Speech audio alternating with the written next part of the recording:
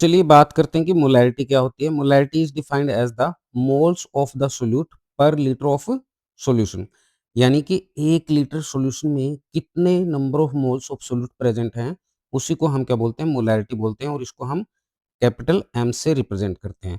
और मोलैरिटी को जो है हम मोलर कंसंट्रेशन भी बोलते हैं सॉल्यूशन की।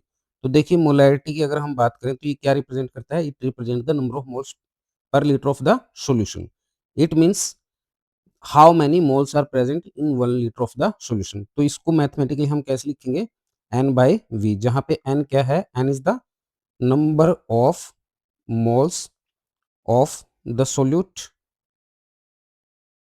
And V is the volume of the solution in litre.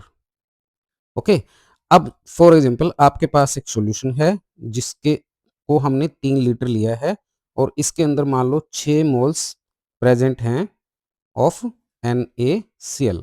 तो हमें बताना है कि इसकी मोलैरिटी क्या है। तो सिंपल सी बात है, मोलैरिटी किस में होती है, 1 लीटर में। तो आपके पास मोलैरिटी क्या आ जाएगी, नंबर ऑफ मोल्स 6 हैं, वॉल्यूम कितना है 3, तो 1 लीटर में कितना आएगा, 2 मोल आ जाएगा। तो इसका मतलब इसकी मोलैरिटी क्या है, 2 मोलर है।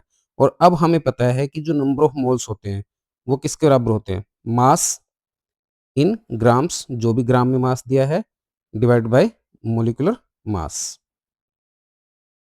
तो इसका मतलब ये है कि मैं मोलैरिटी को कुछ इस तरीके से भी लिख सकता हूँ, mass in gram divided by molecular mass into में volume of solution, volume of solution. अगर आपका सॉल्यूशन लीटर में है तो ठीक है, अगर आपके पास ये ml में है तब हम क्या करेंगे, 1000 से मल्टीप्लाई कर देते हैं, तो ये आपके पास मोलैरिटी का फॉर्मूला आ जाता है।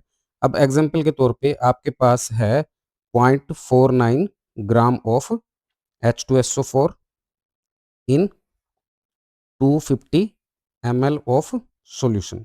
तो आपको मोलैरिटी बतानी है। तो सिंपल है, देखिए मोलैरिटी का फॉर्मूला क्या है, मास इन ग्राम, और आपके पास कितना है ये 0.49 डिवाइडेड बाय मोलिकुलर मास क्या होता है सल्फ्यूरिक एसिड का 98, और वॉल्यूम आपके पास क्या है 250, और इनटू में क्या कर दोगे 1000 मल्टीप्लाई में कर दोगे क्योंकि सॉल्यूशन आपके पास ml में है। तो जब इसको डिवाइड करोगे ये 2 आ जाएगा, पॉइंट का 200, फिर ये इससे जाएगा 4, और 2 से काट दोगे 2, तो 2/100 यानी कि 0.02 मोलर।